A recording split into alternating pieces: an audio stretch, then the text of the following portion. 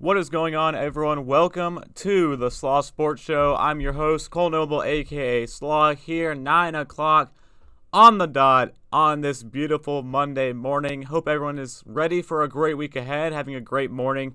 Thank you for joining us live here on WSOE 89.3 in Elon and Burlington, and also live on YouTube at the Slaw Sports Show. If you want to find us out on there as well, check us out, like and subscribe if you enjoy the content today. Continuing on with our NFL journey toward the draft, 1 month away, April 27th.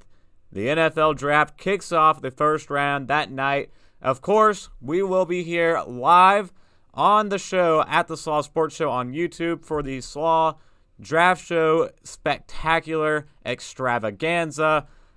We've done it the last 2 years. We're going to do it another year in a row. 4 hours live, full first round of the NFL draft during the entire first round of the NFL draft on April 27th. We're going to go ahead and start previewing it. We've been preparing for months. We've done it the last 2 years. We're going to keep doing it because it's so much fun. We love it. We love the draft, everything it's about, and previewing it, breaking it down, all the way up to April 27th. With that being said, today we will be having our mock draft 2.0 releasing later on the site, and we will be giving a special look today on the show, breaking down the first 31 technical picks, with the Miami Dolphins having, of course, forfeiting their 2023 first-round selection. We have 31 picks in this year's first round of the NFL draft. So we're going to be previewing the top 32 picks, 31 picks in this year's draft today, breaking it down and looking ahead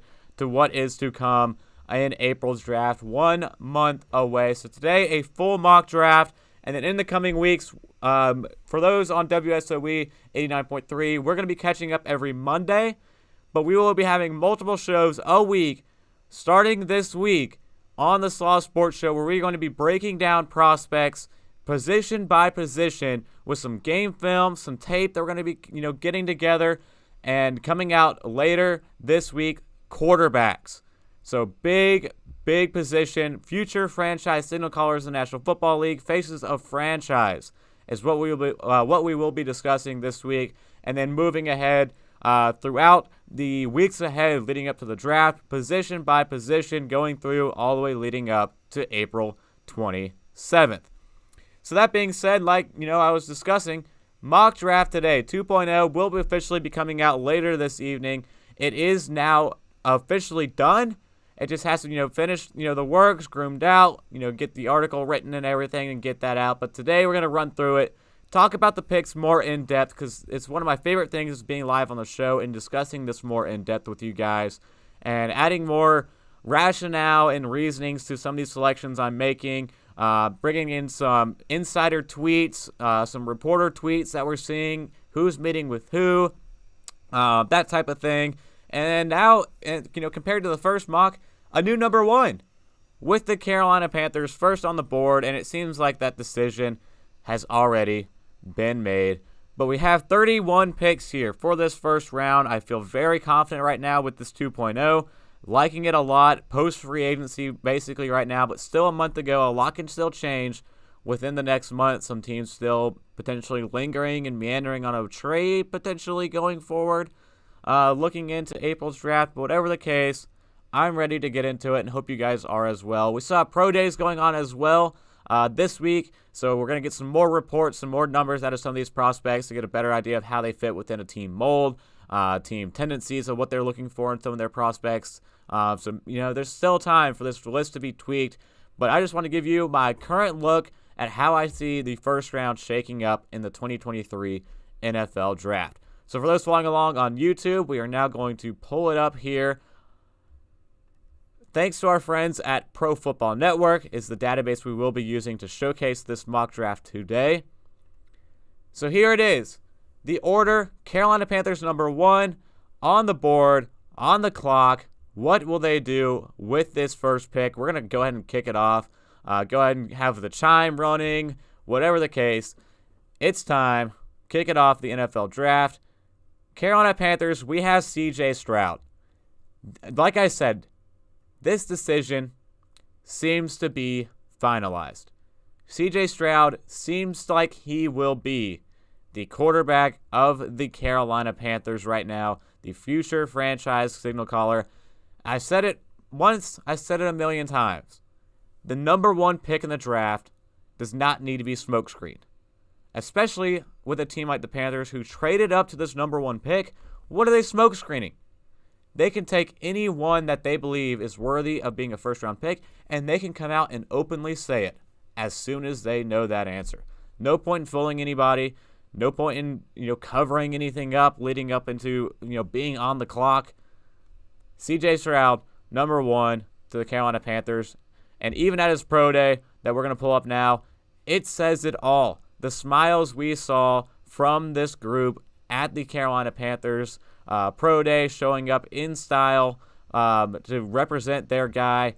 It tells you everything you need to know. While they're still checking out some other guys, they were with Bryce Young later in the week, but even so, pulling this tweet up right here from John Ellis. Here's the payoff. CJ Stroud with Panthers brass, including Thomas Brown, Frank Wright, David Tepper, Josh McCown, and Jim Caldwell, dabbing him up. The smiles, Josh McCown's all over CJ Stroud. He loves the guy. He's exactly what this Panthers offense needs. And mind you, a new look Panthers offense.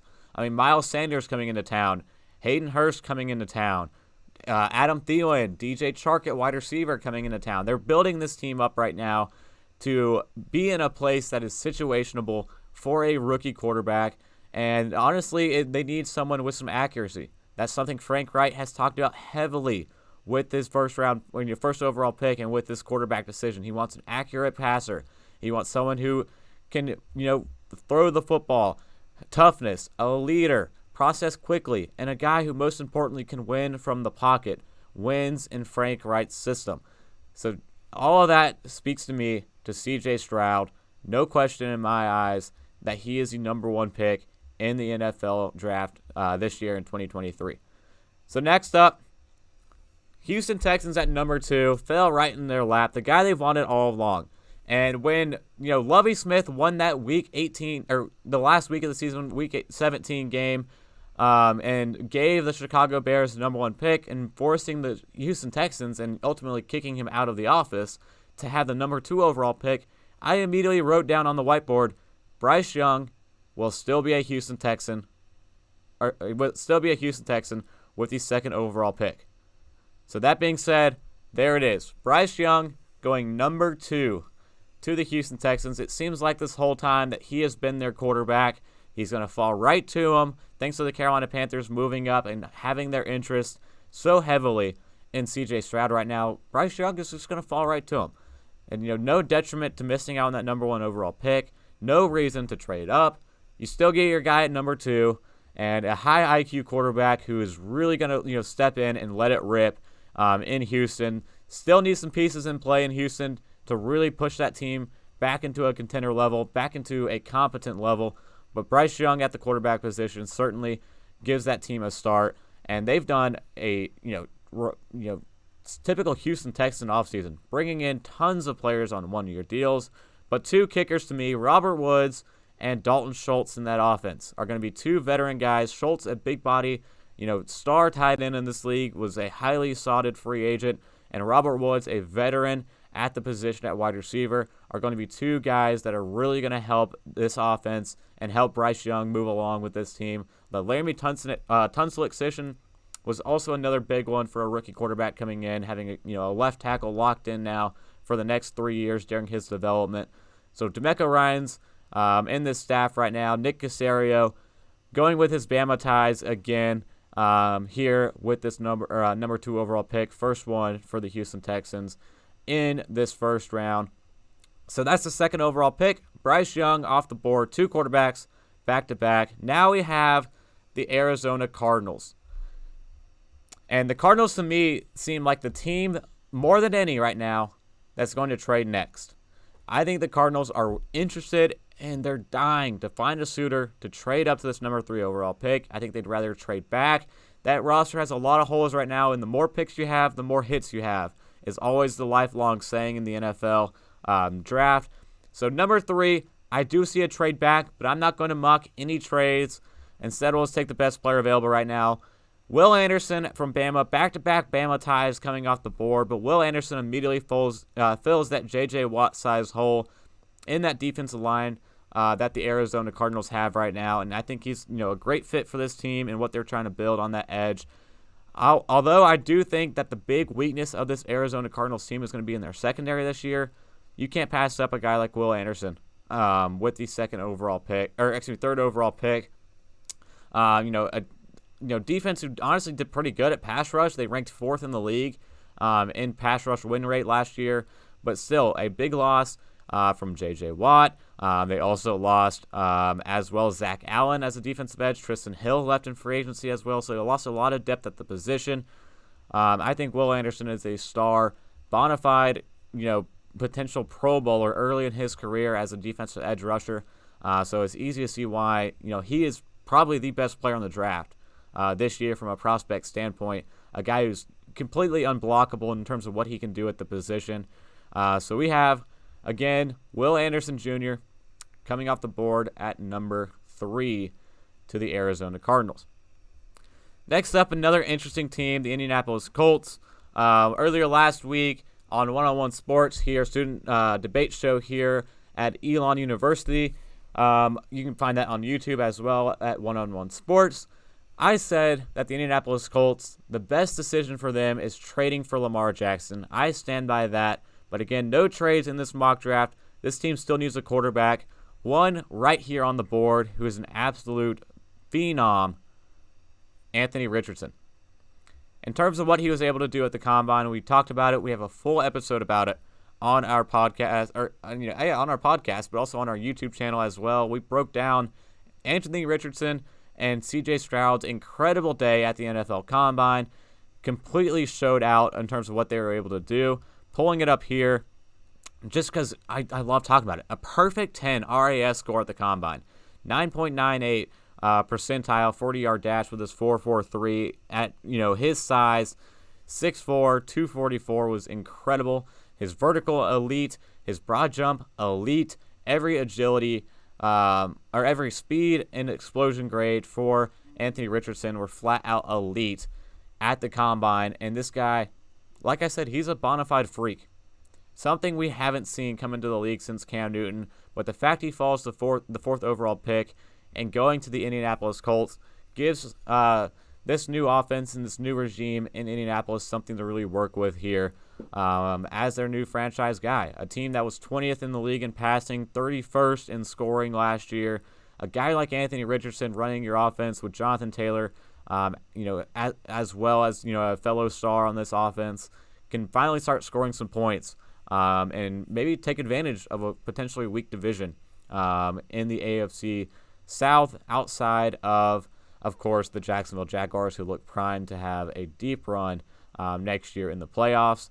But still, 4th overall pick, Anthony Richardson to the Indianapolis Colts. Still get their guy at quarterback and a franchise signal caller to last them a while to come. So next up, we have the Seattle Seahawks, and this team looks to me like if the Arizona Cardinals trade back, the Seahawks seem like a team that will, latch at the opportunity to get Will Anderson. I know there's a lot of talk of potentially a quarterback. The Seattle Seahawks saying, they have a top 5 pick. They don't know when they're going to pick this high again. It makes sense to, capitalize on a quarterback at this position in the draft. But with Anthony Richardson off the board, I don't pull the gun on a Will Levis by any means at this point. So for the Seattle Seahawks, with Will Anderson off the board, I have them taking Jalen Carter. Character issues aside, Carter is a beast as a defensive tackle. Coming off the board here to the Seattle Seahawks, they have to be absolutely pleased. They want and are really eager to build up on that defensive front, whether it's on the edge or in the interior. They were 30th in the league on defense against the run, 28th in pass rush win rate, 26th in total defense. So that that defensive line, that's the heart and soul of your defense. And putting Jalen Carter in the middle of it is the guy who he can change it, flat out change it single-handedly. A surefire freak, checked all the boxes athletically from what we saw on the tape. Didn't see much of him at his pro day. A lot of issues at the pro day, potentially with how in shape he was, his effectiveness, still more character concerns. But I think the Seahawks look past all of that. I don't really see a big slide from Jalen Carter. A lot of the analysts and scouts are also not predicting a huge slide from Jalen Carter. In terms of potential draft falling. So that is what I have. Jalen Carter, 5th overall. Let's keep moving. Next up, we have the Detroit Lions. Again, making their first of 2 picks, as are the Seahawks, who just took Jalen Carter. But the Lions, I'm going to have them take another edge rusher off the board. Tyree Wilson seems like a Dan Campbell guy. And I was really strong and really hell-bent that the Detroit Lions will take a corner at number 6. Whether it's going to be Christian Gonzalez, whether it'll be Devin Witherspoon, I was hell-bent and had it in my first 1.0 mock draft, a corner at this position. But after free agency, I think this team made an effort and really, really tried to make an effort to settle this position in free agency and settle that unit in free agency in terms of what they were able to bring in. I mean, you talk about C.J. Gardner-Johnson, pulling him, huge move by the Detroit Lions. Then you have Emmanuel Mosley coming in, Cam Sutton coming in, teaming up on that defense and in that secondary with Jeff Okudah. They got a lot of guys now where they can go best player available on the board, and Dan Campbell wants an athletic guy. It's what he really trademarked going into this draft, is wanting to build his team around some athletic players and going into it and what he was looking for in this first round. So while there's still corners in mind that I really like and athletic guys, I think that the real Dan Campbell move here is going with an edge rusher, a guy who's going to come into the position and really make a name for himself and really bring some boost and energy to that defensive line in Detroit. A versatile player who can play all along the defensive front and a disruptive guy. Like I said, a Dan Campbell guy is what you look for when you mock the Detroit Lions. Big energy, team leader, all of that points to Tyree Wilson. 6th overall, so another defensive lineman off the board. That's 3 D linemen, 2 edge rushers off the board, which brings us up to the Las Vegas Raiders. And a quarterback on the board, but they settled with Jimmy Garoppolo in free agency. Again, Josh McDaniels wanted his guy. Dave Ziegler made it happen. So now, a typical Las Vegas Raider move. We're going to go with the cornerback here in Devin Witherspoon. The Raiders like unconventional picks. They always have, even with a new regime. They still continued that mold last year. But again, huge character guy that's been brought up through the scouting ranks is what Dave Ziegler looks for. Patriot way, still a little bit in the fold here, and a little bit in question with this regime coming into it. But a defense that was 29th against the pass last year. They need some help in that secondary. I think Devin Witherspoon, again, he might not be everyone's top corner. He's not my top corner, but he fits. He fits what the Raiders look for on this defense, an aggressive physical corner who can play man coverage inside or outside, in the slot. He can play nickel. A lot of benefits that he can thrive in this system in Las Vegas. So I like Witherspoon here. I think a lot of people have also potentially mixed him around at this position as well, going into it to the Las Vegas Raiders, trying to get things situated here. But yeah, Devin Witherspoon, 7th overall pick to the Las Vegas Raiders. So moving it along, we got to get going here. Next up on the chart, the Atlanta Falcons. And we're going to go with another cornerback here because I think that's the biggest need in Atlanta. Yes, there's some talks of potentially a Bijan Robinson to help out the offense. Yes, there's some talks of Nolan Smith off the edge would be great. And yes, I really like going with an edge rusher for the Atlanta Falcons. Improve a horrendous pass rush. But with Tyree Wilson, Will Anderson off the board, I'm not going to make a huge jump at one of these next pass rushers. So give me Christian Gonzalez. Improve that secondary. They brought in Jesse Bates in free agency, gave him a huge contract, especially at value at the position.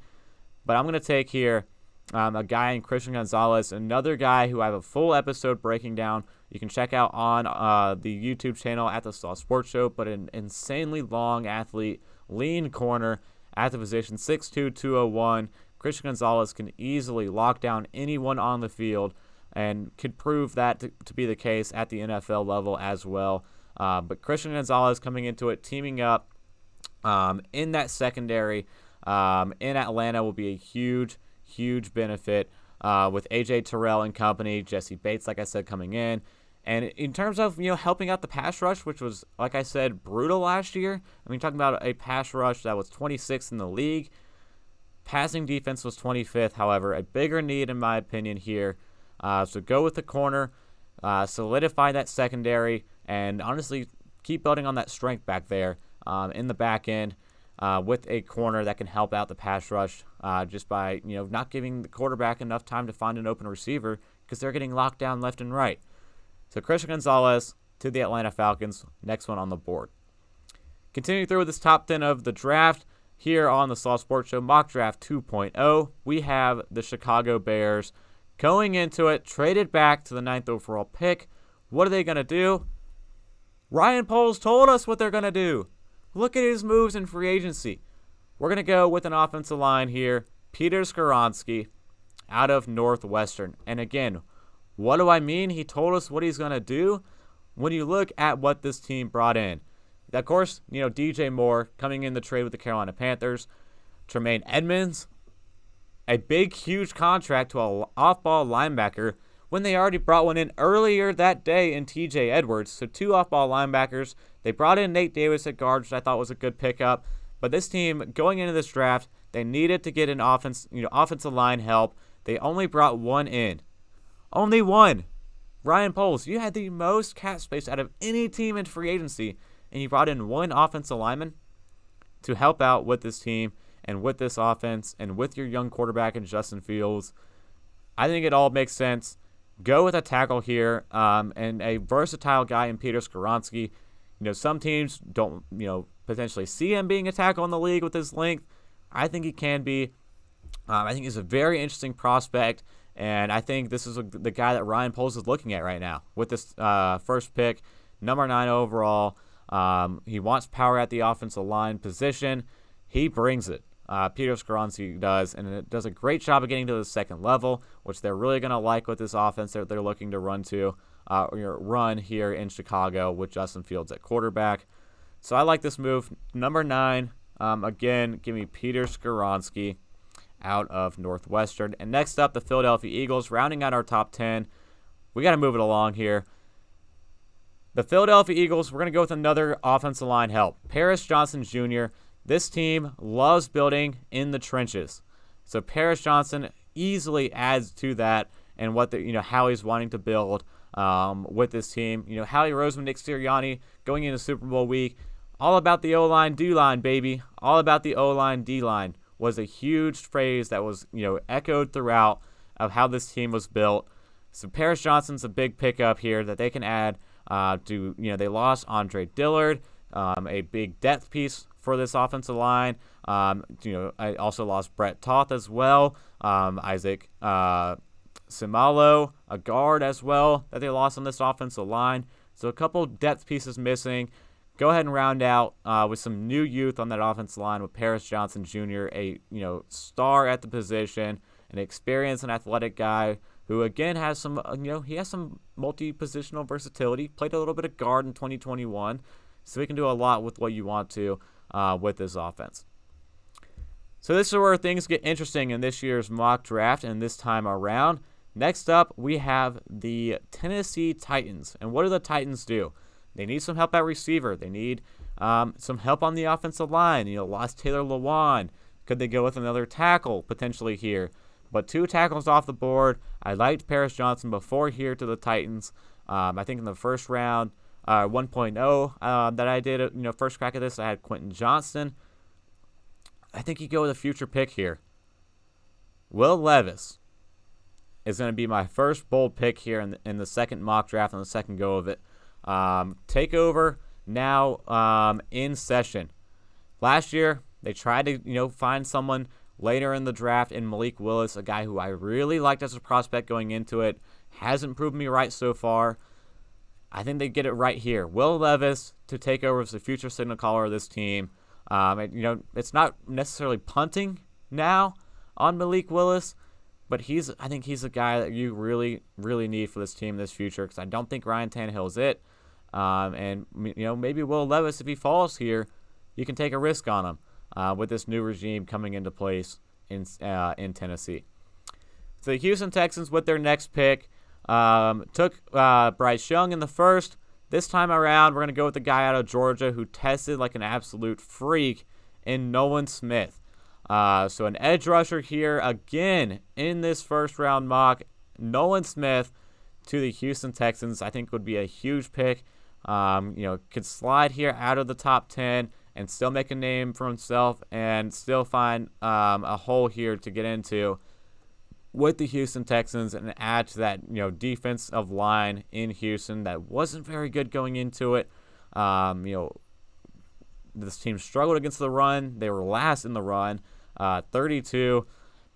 Build some edge rushers here, some franchise guys here on this defensive edge that can be cornerstones for the long term in Houston with Nolan Smith.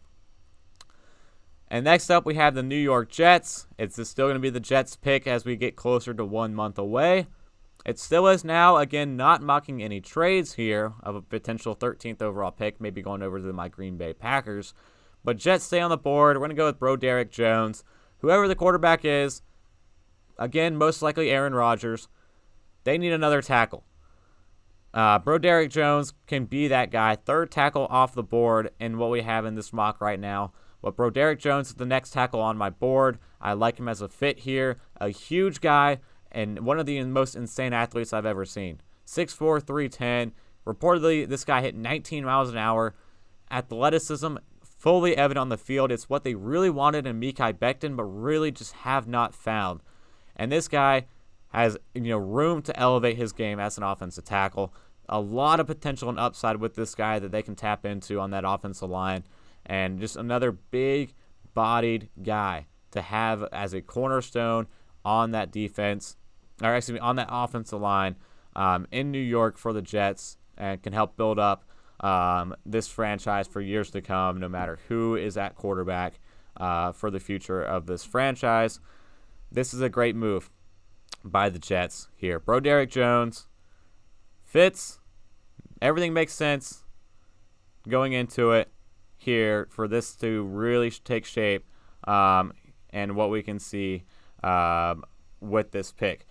So next up, we have the New England Patriots on the board. And again, we're going to go with not really a bold move, but this team is impossible to mock. Jackson Smith-Njigba off the board. I think the Packers are high on this guy.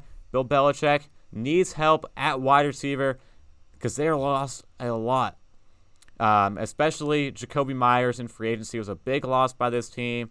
Moving on as well, losing Nelson Aguilar as well at wide receiver. This team needs some wide receiver help. Yes, they brought in Juju Smith-Schuster. I don't think he's enough what they have with this team right now. So bring in Jackson Smith-Njigba, wide receiver. This guy's a beast. This guy can do it all. He seems like a Julian Edelman type and can fill back in with what they had in Jacoby Myers immediately with someone new at the position. So Jackson Smith-Njigba stealing a player potentially from the Green Bay Packers with the pick right before him. Again, an impossible team to mock for. I say it every single year. But we're going to have a first wide receiver off the board to the New England Patriots. So next up, my Green Bay Packers, we're going to have Lucas Van Ness. Come on down.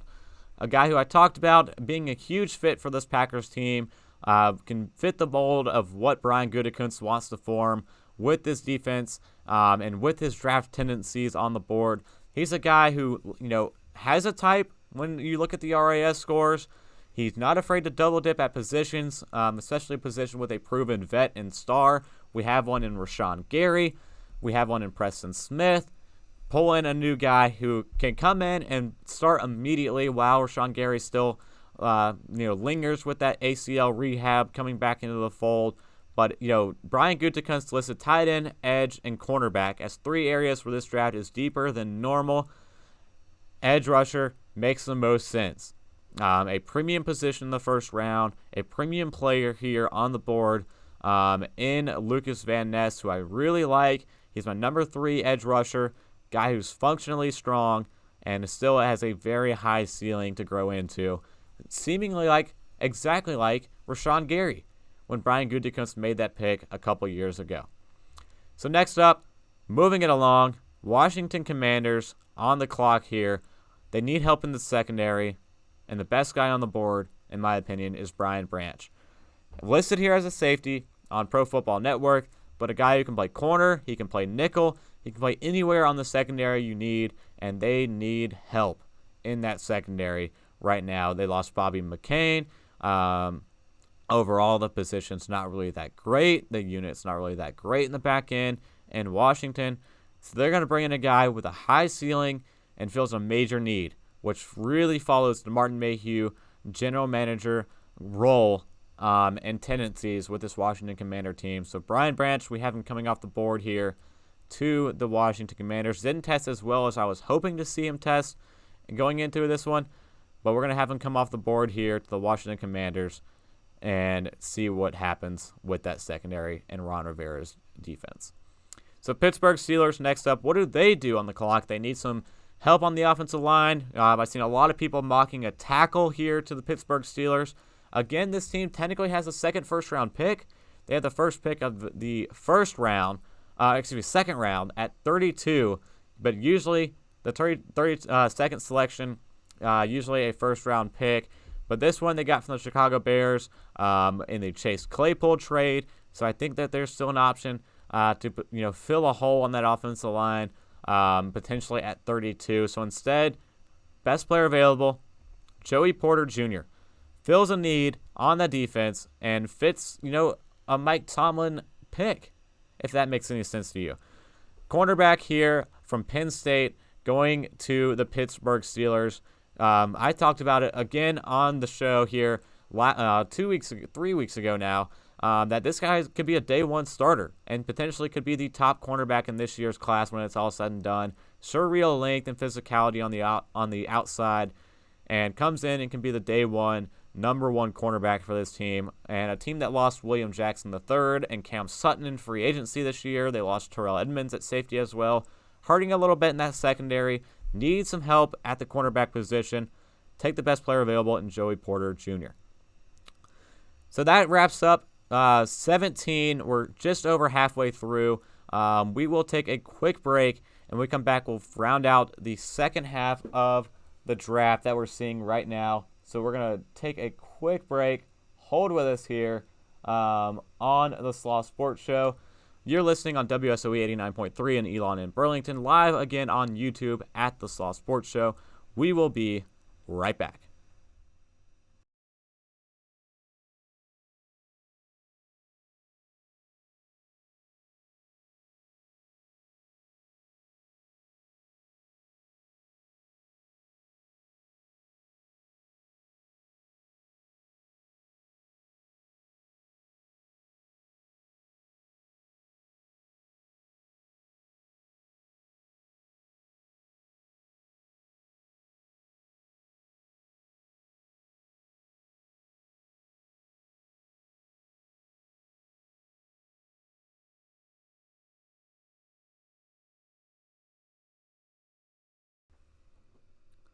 All right, let's get things rolling here on the Slaw Sports Show with our 2.0 mock draft.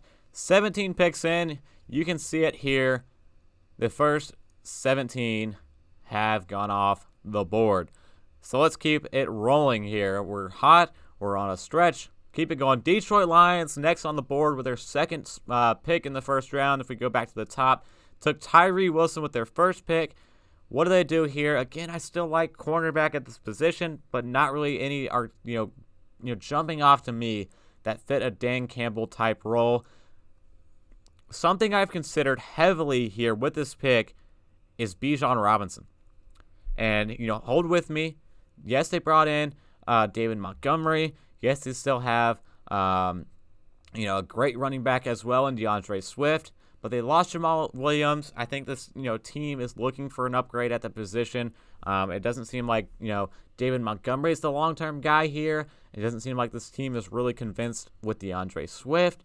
I have considered Bijan Robinson, but I think that defensive line needs more help in Detroit. Yes, we added Tyree Wilson, but I want to add another pick who I think during the combine made some money for himself, made a name for himself, and could come off the board here as we get into the back half of this first round. So we're going to pull him up. Kalijah Kancey out of Pittsburgh. And what do I mean made a name for himself in the combine? He had comparisons to another defensive tackle that many teams missed on from Pittsburgh, and Aaron Donald. And Kalijah Kancey, a guy who's small at the position but extremely physical and tough and has a hot motor. This guy battles around the football, and then despite his size, despite his length, he is constantly around the football and getting after the quarterback. What more speaks to Dan Campbell? An aggressive and athletic guy, a lot of heart. Kalijah Kancey makes sense here, in my opinion, to be a Detroit Lion. So, and they can build two guys on the defensive line. I don't see a problem with it here in this first round. I think you can get some corner help in the second round, though, guys that potentially could fall out and still, help that position. If they even want to address that position early. Again, made some moves in free agency where I don't really know if this is a huge, huge need for this team anymore when you consider this, first two picks that they have in this year's draft. So Kalijah Kancey off the board to the Detroit Lions, which means Bijan Robinson to the Tampa Bay Buccaneers. They've moved on from Leonard Fournette, and I don't know if it's Rachaad White time. They asked Rachaad White what he thinks about bringing in a competition, and he's gonna give this cookie cutter, straightforward answer that he's going to compete with whoever they bring in. He's going to be a competitive guy, not back down from the challenge. Bijan Robinson, a high character player, loves the game, and is extremely great at what he does. Jason Light has to love this guy.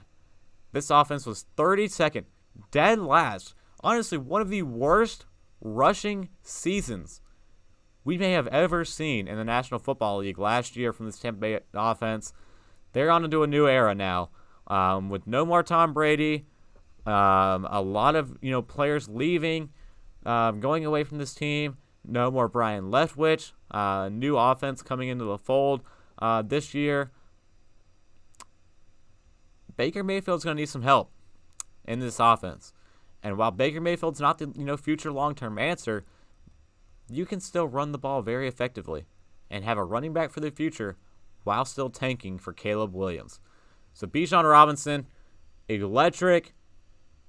We're going to have him go down to Florida. Go from Texas, hop right over to Florida.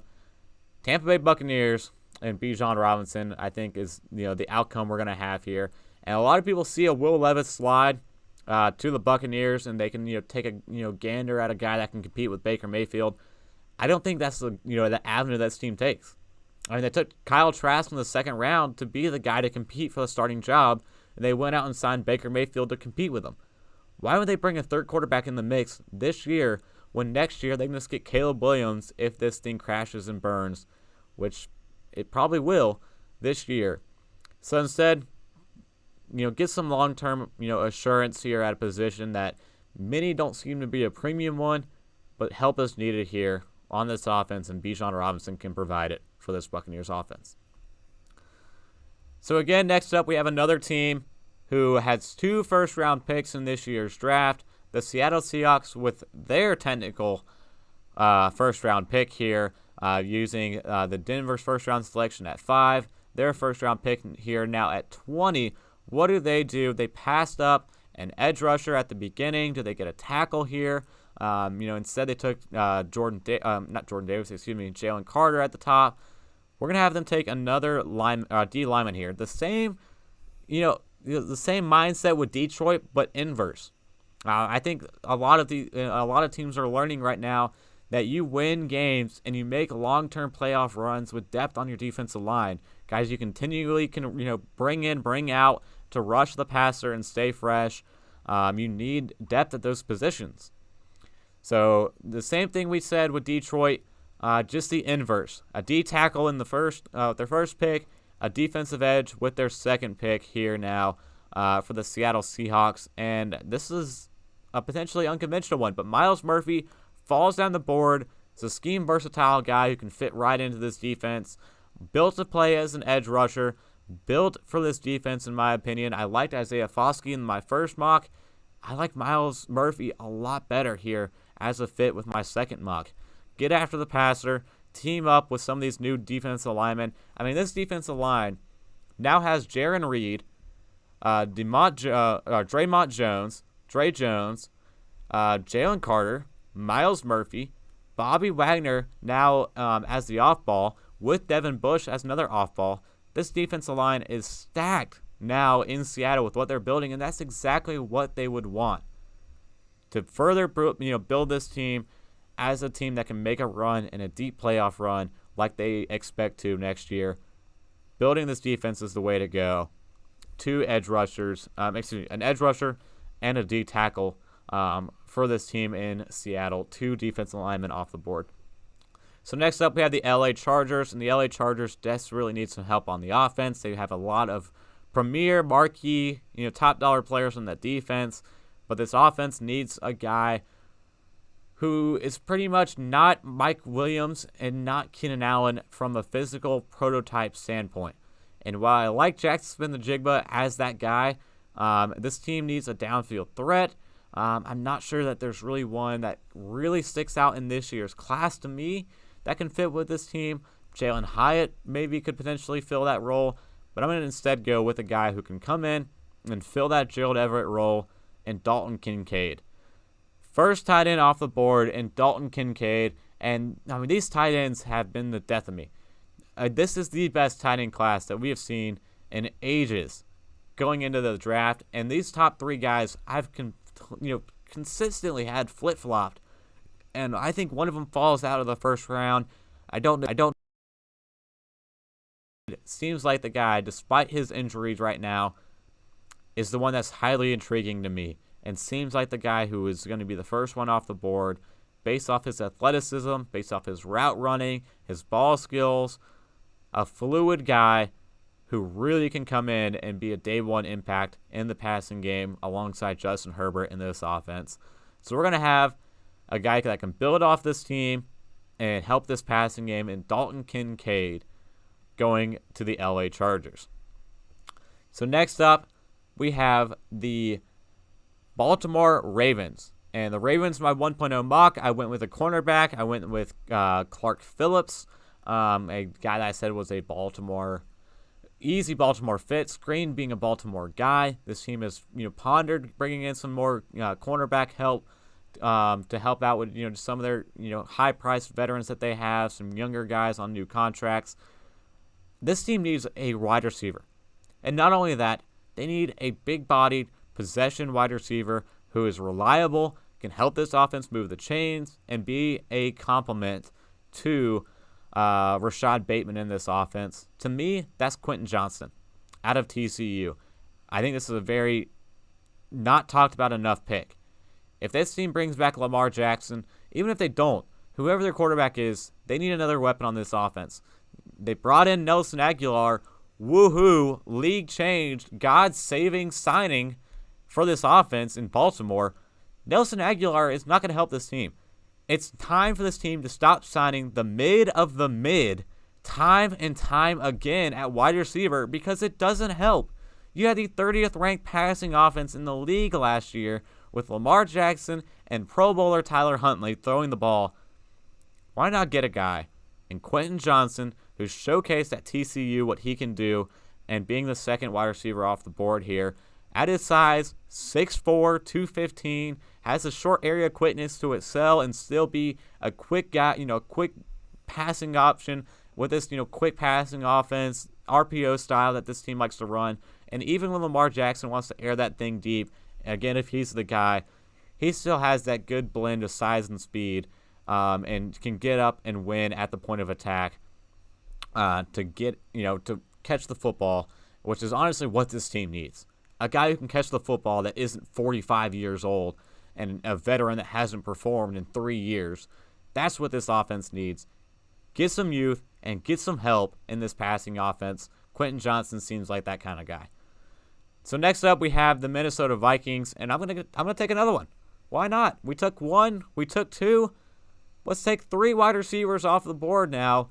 Not 3 straight, but 3 straight passing options here. Our third wide receiver, Jordan Addison, to the Minnesota Vikings. Again, I had a corner at the position here to Minnesota, but they brought in Byron Murphy in free agency, who's a corner I really like and think he's very underrated and can, not help this position. They lost Cam Dantzler. They let Patrick Peterson leave. Duke Shelley was a depth guy that they left, had to leave in free agency as well. This team still needs some cornerback help. 31st ranked passing defense in the league last year, but a big hole in that offense. You need another wide receiver to come into the fold after losing Adam Thielen, because teams are going to start double teaming Justin Jefferson like nothing else if you don't have another option to consider. So a versatile guy, very versatile out wide in the slot, a lot of wide variety in his route tree that he had at USC and Pittsburgh as well. And Jordan Addison, and impressive acceleration this guy has, can start and stop on a dime. A perfect complement, in my opinion, to what this team wants, what Kevin O'Connell's offense wants. It didn't seem like a fit was really there in this new offense with Adam Thielen, but Jordan Addison, I think, fits right in to a Kevin O'Connell offense and what they're wanting to run this passing game long term alongside Justin Jefferson. So next up we have the Jacksonville Jaguars. I think I cracked the code on the Jaguars this year. I think this is the team that I've cracked the code on. Cam Smith out of South Carolina is the guy I'm going to go with.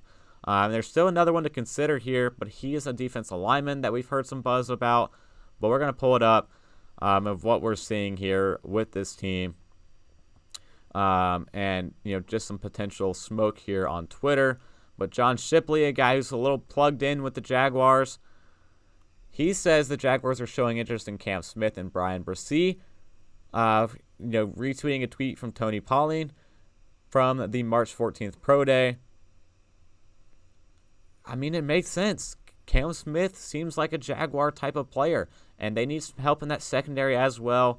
And him still on the board. We had him in our first round mock. I don't see a lot of teams mocking this guy at all in the first round, in my opinion, and I really like Cam Smith out of South Carolina. They lost Shaquille Griffin, so they have a big hole at the corner position in terms of what they're wanting to do, and it never hurts to add some cornerbacks in the room, and especially one who's as highly competitive and plays with as much confidence and physicality that Cam Smith showcased in South Carolina. So a guy who has what it takes to come in and step in for a team who's primed for a playoff run next year. So next up we have the Giants. We're going to keep things exactly the same of what we had last time. Zay Flowers. I mean, this team is running it back with pretty much the same offense they had last year. Add in some Darren Waller. But this team adds some help at wide receiver, man. Darius Slayton is great. I understand that. Bringing back Sterling Shepard as well. This team likes their guys. I understand that. Paris Campbell also coming in. Isaiah Hodgins re-signed. None of these guys. I mean, yes, even Jamison Crowder. Jeff Smith coming in at wide receiver. There's some depth coming into it, but still they need a guy who's a bona fide number one who can really, really stretch the field. And, I mean, this guy, at 5'10", 172, you're going to get comparisons, especially with his physicality, to Steve Smith.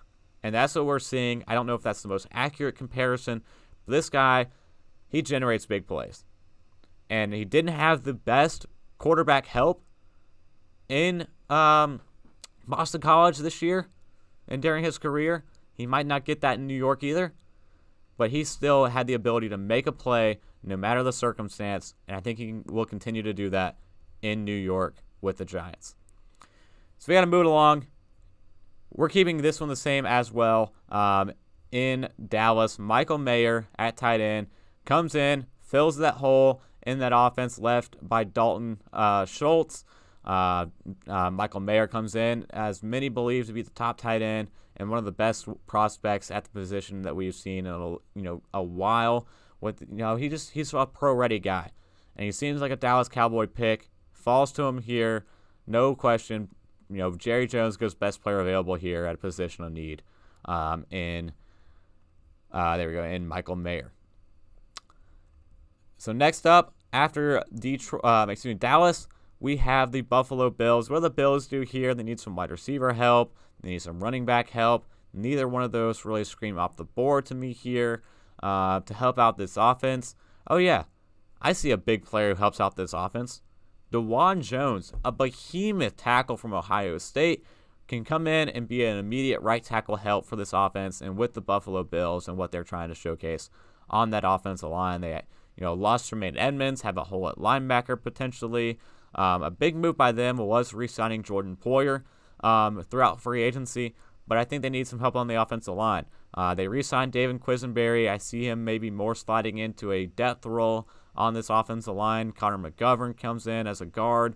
Another tackle goes a long way when you're talking about protecting Josh Allen and this offense. So I like DeJuan Jones, behemoth tackle going into this team in Buffalo. Next up, we're going another tackle off the board. They need help. Bring in another one. They brought in, Orlando Brown, potentially going to trade their other tackle as well. So we'll go another tackle here off the board. I like Anton Harrison, but I like Darnell Wright just a little bit more personally out of Tennessee in terms of his fit with this style of offense in Cincinnati. So we're going to have Darnell Wright, my tackle number 4. He has some experience at right tackle and left tackle in the SEC against some top opponents. A lot of tenacity, and a stout anchor on the offensive line. I think he's an enticing prospect with a lot more going his way potentially. So Cincinnati can take a gander here at a guy like Darnell Wright to help out that offensive line and continue to build around Joe Burrow. So the Saints also I talked about with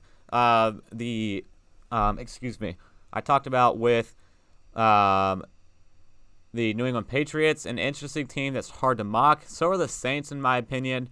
We're going to go with the bold pick, in my opinion, here with an edge rusher that many might not really be considering as an option for this team. But we're going to see what we can pull up here. We're going to go Keon White out of Georgia Tech. I think, fills a little bit of a hole that they left with Marcus Davenport on that defensive line, departing this year in free agency.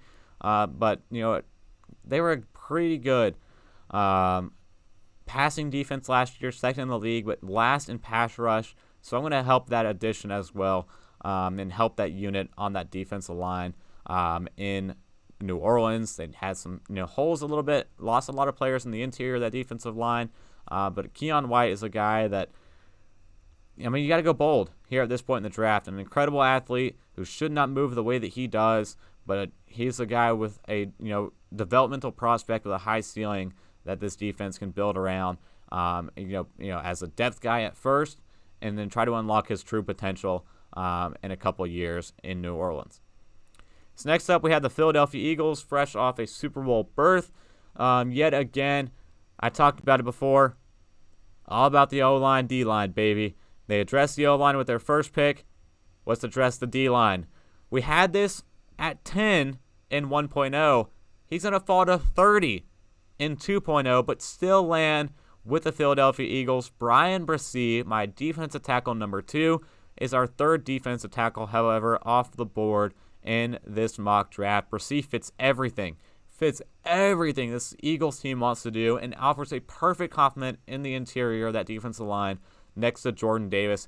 Jordan Davis, a big run-stuffing behemoth that they drafted last year in the first round. Bresee, a more natural ability to create chaos in the backfield. Defensive Rookie of the Year in 2020. He's dealt with a lot of adversity, immense amount of adversity, and they talked greatly about it during the Combine. But this guy is a monster and needs to prove that he can reclaim his elite form. He can do that in Philadelphia on that defensive line, playing next to 2022 first-round pick Jordan Davis. So our last pick to go in this 2.0 mock draft, the Kansas City Chiefs. What do they do to round out the first round in this year's draft? They could go with a corner here, potentially. They could go with an offensive tackle. I mean, they brought in Jawan Taylor. I still think there's a little bit of a hole there on that offensive line, especially at the tackle position that they need to address in terms of a long-term answer. A lot to consider here, but they lost Frank Clark. They lost an edge rusher that they really, really like in free agency. And I'm going to lean edge rusher and go with my gut, take what I did the first time, run it right back the second time yet again, because I felt so strongly about, a lot of the picks I had in this first round in the 1.0 mock draft.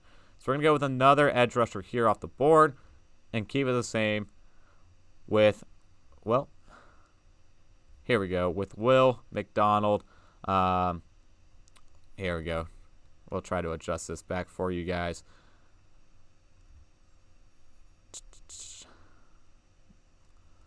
Last pick we had was Will McDonald the fourth. So Will McDonald going to the Kansas City Chiefs will be our final pick in our 2.0 mock draft, rounding out my edge rusher number 5, double-digit sacks in 2020 and 2021. Moved him a little bit along the defense line in 2022. Didn't quite get that same production, but still moved, was great and a menace in the backfield still this year at Iowa State.